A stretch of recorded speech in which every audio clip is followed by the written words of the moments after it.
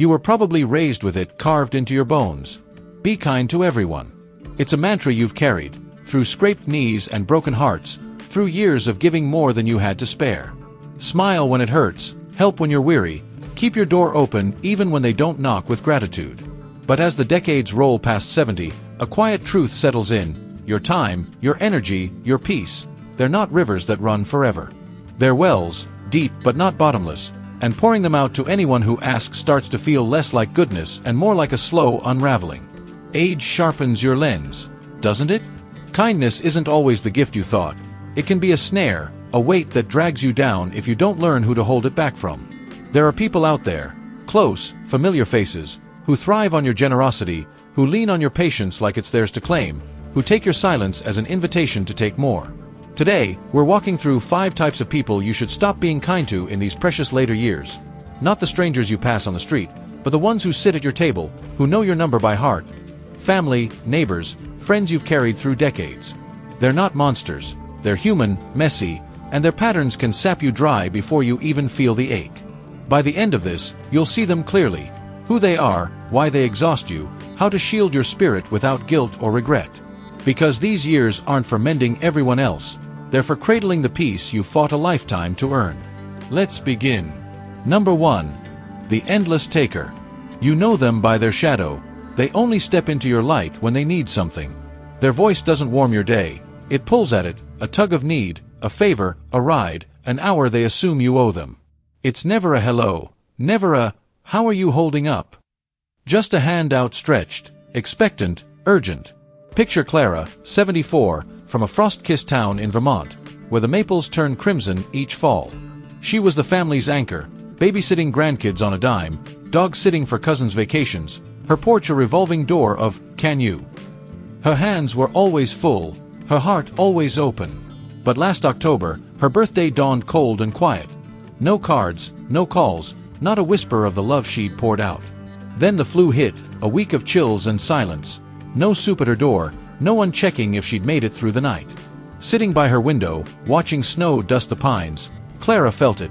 She was the giver, always, and the well was dry on the other side. That realization cuts deep. It's not just loneliness. It's a mirror showing you've been a means, not a meaning. Endless takers don't cherish you. They use you, and as the years thin, the theft grows heavy, your energy waning, your days numbered, your body slower to rebound. We wrestle with guilt, don't we? If I'm needed, I'm valuable, we think. Saying no is selfish. Maybe they'll see me next time. But here's the unshakable truth. If they only show up when you're useful, they're not seeing you, they're seeing a service. You're a vending machine, not a soul. The benefit of stepping back? You reclaim your reserves, time to sip tea by the fire, strength to laugh with those who stay, peace that doesn't leak away. Say no, softly, firmly, no excuses, and watch the air clear. The ones who drift off were never rooted. The ones who linger bring warmth worth keeping. That's not cold, it's courage, a lifeline to a life that feeds you back. Number 2. The Relentless Critic. There's a weariness that seeps into your bones when someone's always got a finger on your flaws. They don't shout or rage. They murmur, they nitpick, a steady drip of judgment on your hair, your choices, your past. It's a quiet storm, eroding you one drop at a time. Meet Vernon, 80, from a steel gray street in Pittsburgh, where the rivers hum under bridges. Every Sunday, he'd trudge to his sister's with a loaf of bread still warm from his oven, asking about her roses, keeping their bond alive. But every visit, she'd find a crack. That shirt's seen better days. Why'd you sell that old Ford? You're too soft, always have been. He'd grin, shrug, bury the sting. She's just blunt, he'd say. But over years, those words piled up like rust on his spirit. He'd catch himself in the mirror, feeling smaller, doubting his taste, his grit. The bread lost its warmth, the walk lost its joy. Chronic critics don't just judge, they hollow you out. They dress it up, I'm helping. It's just truth, but it's a chisel carving away your trust in yourself. At this age, you've earned your scars, your quirks, the way you take your coffee. Why let anyone sand them down? The gift of pulling back. You bloom again, confidence unfurling, stories spilling free, days brightening without their gray filter. Skip the visit, let the phone sit, and feel your shoulders lift. You'll wear what you love, Choose what you please. Stand in your worth without apology. That's not severance, it's salvation, a reclaiming of the you they tried to rewrite. Number 3. The Master of Guilt. Guilt's a shadow that grows heavier with age.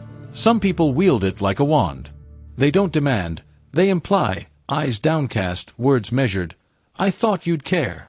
Suddenly, your boundaries feel like crimes. Think of Esther, 78, from a sun-baked cul-de-sac in Tucson, Arizona, where the cacti stand sentinel. She adored her big, messy family, Thanksgivings loud with laughter, reunions thick with memory. But her nephew only called with needs: money for rent, a spare bed. When Esther started saying no, "I'm tapped out this time," he'd pause, then sigh, "Guess I was wrong about family sticking together." Her no was fair, her fatigue real, but guilt crept in like desert dusk, whispering she'd let him down. She'd pace her patio, replaying it, wondering if she'd hardened too much. Guilt trippers turn your virtues, your care, your duty, into shackles. They make limits feel like cruelty, and soon you're over-explaining, over-giving, chasing their nod just to quiet the ache. But here's the liberation. Your peace isn't their ransom. The benefit? You breathe free, nights untroubled, choices unshaken, a heart that doesn't bend for approval. Say, "This is my line," and mean it, no justification, no groveling. If they can't love you unless you're breaking, that's their loss, not your failure. Step away, let their script fade, and feel the stillness settle. Soft, steady, yours. That's not harsh, it's harmony, a song you've earned the right to sing. Number 4. The Hidden Rival. Some smiles hide teeth, sharp, subtle, waiting. Secret competitors don't clash, they compare, lifting themselves by dimming you. They're the friend who claps, but not too loud, who cheers, but with a catch. Take Lillian, 75, from a misty nook in Asheville, North Carolina, where the mountains cradle creativity. She'd sketched since she was a girl, but after retiring, she joined a painting class. Nervous, alive, her canvas a new dawn. Her neighbor Faye came too. "Let's do it together." But soon, the barbs slipped out.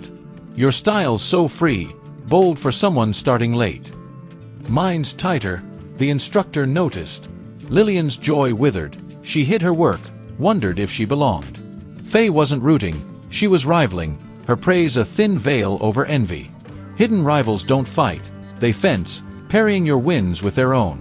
You shrink, mute your triumphs, dim your glow to ease their glare. But at this stage, you've climbed too many hills to play small. The reward of stepping back. You shine unshadowed, passions roaring, pride swelling, a life unmeasured by their yardstick. Share less, seek truer mirrors, and watch your colors burst free. You'll paint your days, sing your songs, live your victories without their weight. That's not retreat, it's rebirth, a canvas you deserve to fill. Number 5. The Passive-Aggressive Puppeteer. Some don't confront, they coil. A smirk, a silence, a quip that bites. Passive-aggressive manipulators weave a web you don't see till you're caught. Picture Arthur, 81, from a tree-shaded block in Boise, Idaho, where the air smells of pine. His buddy Sam was all charm, until Arthur needed a hand shifting a shelf. "I'd pitch in, but my knees aren't retired like yours," Sam grinned. Plans fell through. "You're the planner, not me," and Arthur swallowed the jabs, unsure if he'd been mocked or misheard. Months of it left him tiptoeing, muting his voice, drained by a friendship that felt like a maze. These puppeteers dodge blame, "Just kidding," while pulling you apart. You hush your needs, brace for the next sting, lose sleep untangling their game. But peace at this age isn't a negotiation, it's a birthright. The beauty of stepping away.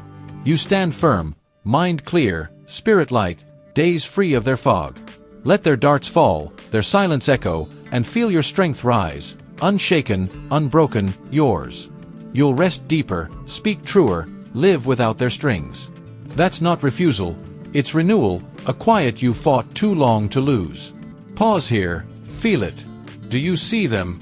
The taker sipping your time, the critic shadowing your joy, the guilt chaining your rest? They're not just quirks, they're cracks in the life you've built, stealing the gold of these years. You've carried worlds, loved hard, forgiven deep, stayed silent when it burned. This isn't about enduring, it's about exhaling. Your peace is a flame now, flickering but fierce, forged in decades of giving and growing. You get to guard it, to choose who warms their hands by it, who brings wood, who just takes the heat. This shift isn't simple.